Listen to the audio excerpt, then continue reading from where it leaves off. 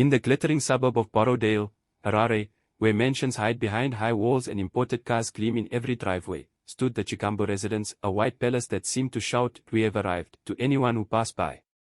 Tinashe Chigumbu entered the world already wrapped in privilege. His crib was imported from South Africa, his nappies changed by maids before he could even cry properly. By the time he could walk, everything he touched turned to gold, not literally, but it might as well have. If he dropped a toy, someone picked it up.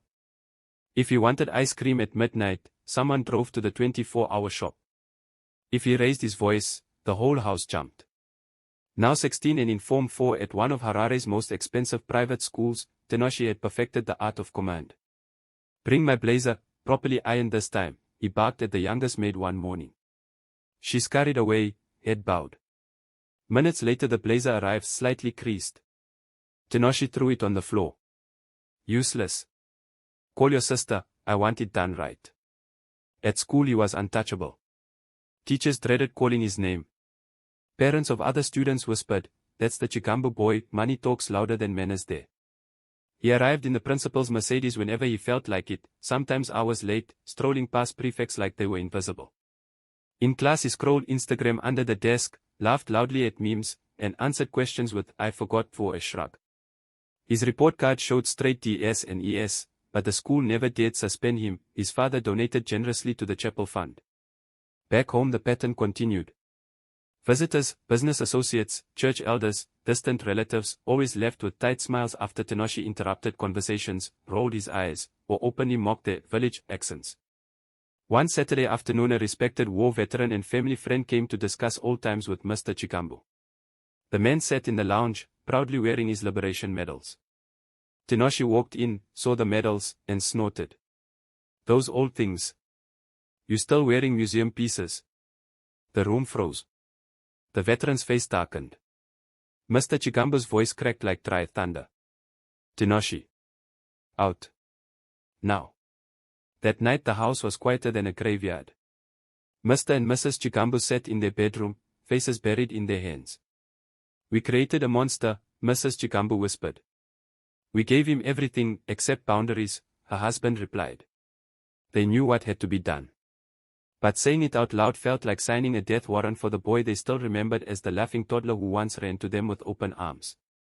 The decision was made in whispers under the dim glow of a bedside lamp. Boarding school. Not just any boarding school, the strictest one they could find.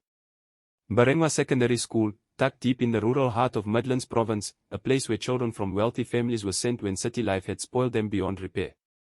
Parents spoke of it in hushed tones, "If Mberengwa can't fix your child, nothing will." Mrs. Chigumbu cried herself to sleep that night. Mr. Chigumbu stared at the ceiling, praying for strength and forgiveness. The next morning Tinashe came downstairs late, phone in hand, yawning. "Where's breakfast?" he demanded without greeting anyone. His mother set the plate down quietly. Her hands trembled. "We need to talk tonight," Mr. Chigumbu said.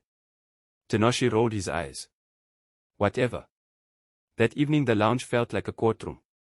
Both parents sat upright, faces carved from stone. Tinashe slouched in, arms folded. "What now?" Mr. Chigumbu spoke first, voice low but unbreakable. "Next term you are going to boarding school. Mberengwa Secondary." Tinashe laughed, a sharp, mocking sound. "Good joke, Dad." No one smiled. Mrs. Chigumbu's voice broke. "We are not joking, my son." Tinashe's face twisted. "You're sending me to the bush? To live like those villagers? Are you mad?" Mr. Chigumbu leaned forward. "We are trying to save you before you destroy yourself and us." "Save me?" Tinashe shouted. "From what?" "From having everything. You're jealous because I live better than you ever did." He stormed out, slamming the door so hard a picture frame fell and cracked. For 3 days the house was a war zone. Tinashe refused meals, locked himself in his room, blasted music to drown out his parents' pleas. On the 4th morning Mrs. Chigumbu knocked gently. "Tinashe, sometimes love has to hurt to heal." He yanked the door open, eyes red. "I hate you both." The words landed like knives. Packing day arrived like a funeral.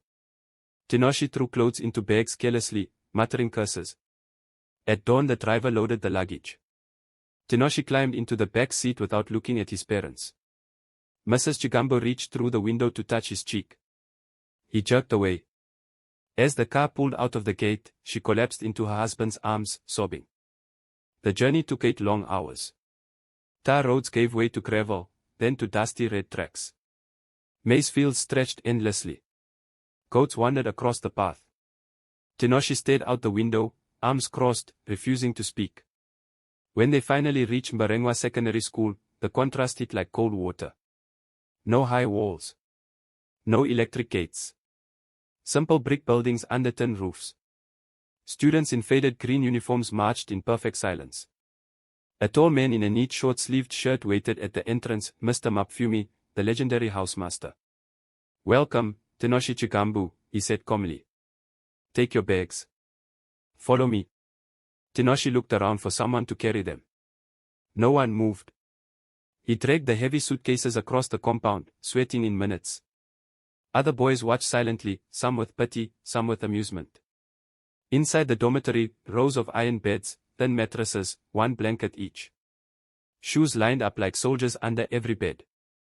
Mr. Mapfumi pointed to the bed nearest the door. "That is yours. You will wake fastest." Tinashe opened his mouth to protest.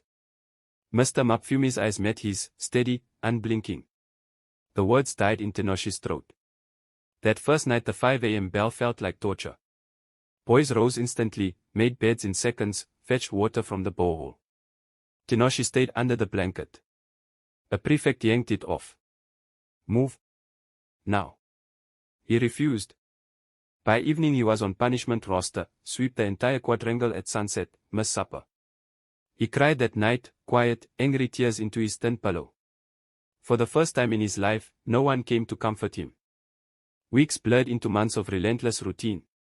Fetch water. Sweep. Wash uniforms by hand. Study 3 hours every evening under supervision. Every refusal brought consequences, extra duties, public apologies, hours kneeling on the hot ground. One afternoon Tinashe snapped at a Form 1 boy over a shared bucket. The small boy burst into tears. Mr. Mapfumi appeared like he had been waiting. "Apologize." "I won't." 2 days of hardest punishment followed, no food until sunset, sweeping the football field alone, kneeling from sunrise to noon. During those hours under the blazing sun, Tinashe noticed something strange. Mr. Mapfumi watched from the veranda, not with anger, but with quiet concern. When the punishment ended, the housemaster brought him a cup of mahu. "Drink." Discipline without care is cruelty. Tinashe stared at the cup, then at the man. For the first time, pride cracked. Slowly, painfully, change crept in. He learned to fold clothes neatly. He learned to say please and thank you. He learned that helping a struggling junior felt better than humiliating them. One rainy evening he fell ill, high fever, body aching. Mr. Mapfumi sat by his bed, sponging his forehead, feeding him sodza spoon by spoon. "You are not alone here, Tinashe," he said softly. Tears rolled down Tinashe's cheeks. He turned his face to the wall so no one would see.